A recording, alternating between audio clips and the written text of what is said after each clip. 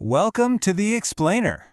You know, if you've ever tried to learn a new language, you probably remember those incredibly dry, repetitive dialogue exercises from old textbooks, right?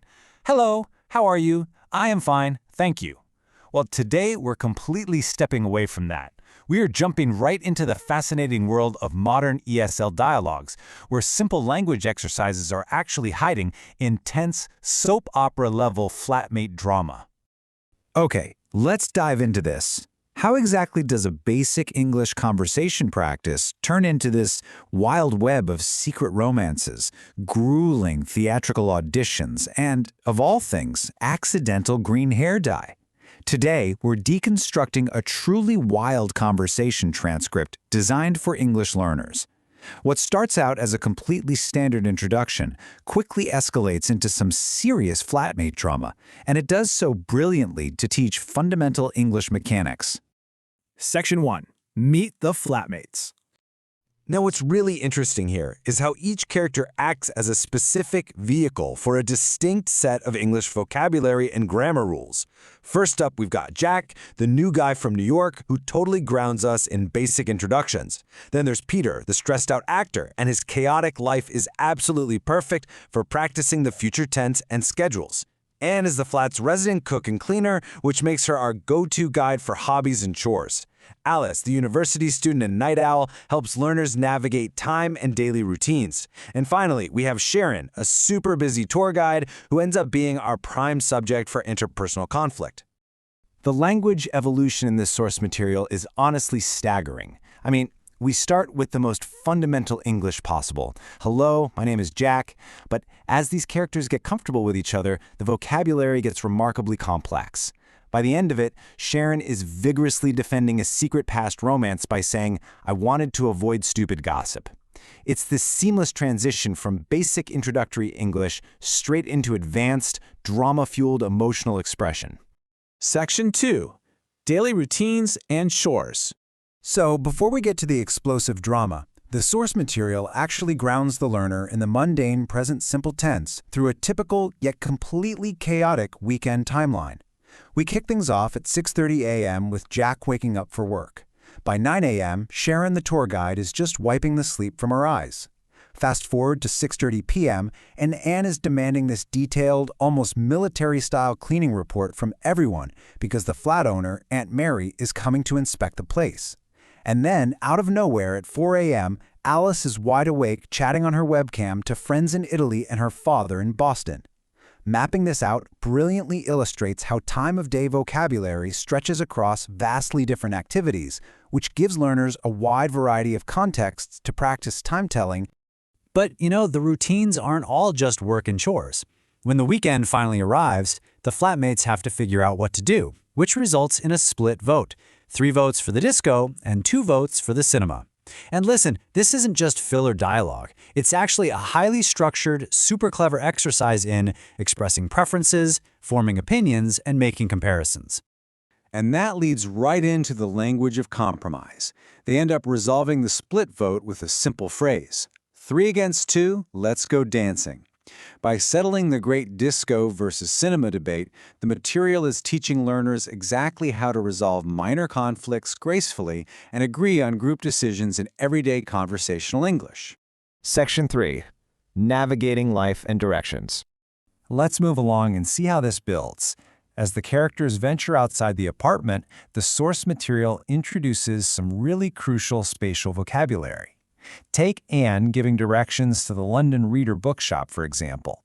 Step 1, go out the front door and turn left. Step 2, go straight ahead past the traffic lights.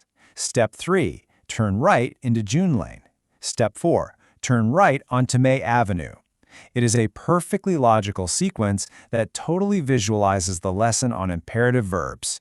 It gives the learner clear, actionable language that they could literally use immediately on the busy streets of London. But hey, navigating life isn't just about walking down the street, right? It's about navigating conversations, too.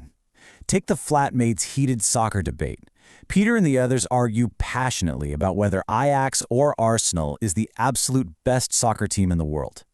They're debating superb defenses versus aggressive players and tough goalkeepers. Now, whether you personally prefer Ajax or Arsenal really isn't the point here. The debate is purely a neutral vehicle for teaching superlatives. Words like toughest, best, and most intelligent are just baked right into this friendly sports rivalry. Section 4. Drama and the past tense. Now we reach the absolute climax of our story, where the escalating narrative complexity perfectly mirrors the introduction of more complex grammar. We've got Peter totally freaking out over an audition for a musical, traveling to Japan, which he gets, by the way. We have the terrifying flat owner, Aunt Mary, canceling her rigid inspection at the very last minute because she caught a cold. We have Alice in tears because her famous director father, Roy Clark, bailed on her birthday trip to the Bahamas. And finally, the discovery of a 3-year-old secret photo. The stakes are just constantly being raised, and it keeps the learner entirely hooked on the dialogue. You aren't just learning English at this point. You desperately want to know what happens next. And that leads us right to this explosive revelation from Anne. You and Jack were engaged? Yeah, Anne discovers an old photo of the new flatmate Jack passionately kissing Sharon, who's currently with Peter. It turns out 3 years ago, Jack and Sharon were actually a couple. Using this massive revelation about a secret past is just an unbelievable way to hook the listener's attention. So the crucial point here is the pedagogical genius of the lesson, teaching the past tense in context. By using historical relationship drama and completed actions, like a canceled engagement from 3 whole years ago, the source material teaches past tense verbs completely naturally. Teaching grammar through high-stakes soap opera storytelling ensures that the rules actually stick in the learner's mind. You remember the grammar because, well, you remember the gossip. But the drama definitely doesn't stop with relationships. Remember Alice's 4 a.m. webcam sessions? Well, her constant distractions, like taking a really long phone call from a guy named Tom while dyeing her hair, lead to an absolute disaster. Time flies, the dye sits way too long, and her hair literally turns green. This crisis isn't just funny, though. It's highly educational. Analyzing emotional distress is a brilliant way to teach adjectives. When Alice runs out screaming about her green hair, the flatmates have to react. Sharon tries to be polite, telling her it looks very original and unique. Anne, on the other hand, bluntly tells Alice she looks like a frog. It is a complete masterclass in tactful and horribly untactful adjective use, all delivered under pressure. Section 5. Wise storytelling teaches language. Looking back at all the flatmates' chaos, this brilliantly illustrates the true benefits of context in learning. A strong narrative naturally boosts memory retention. When you actually care about the characters, those emotional stakes drastically improve your focus. You aren't just memorizing verbs, you're decoding a mystery. Finally, practical vocabulary is grounded in real, or sometimes completely absurd, situations.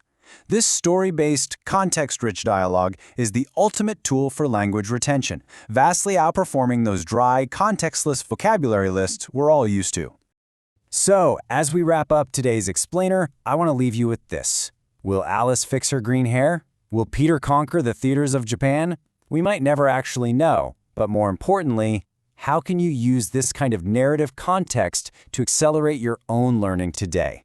Next time you want to master a difficult subject, don't just stare at the facts. Find the story, raise the stakes, and let the drama teach you. Thanks so much for joining us, and keep learning.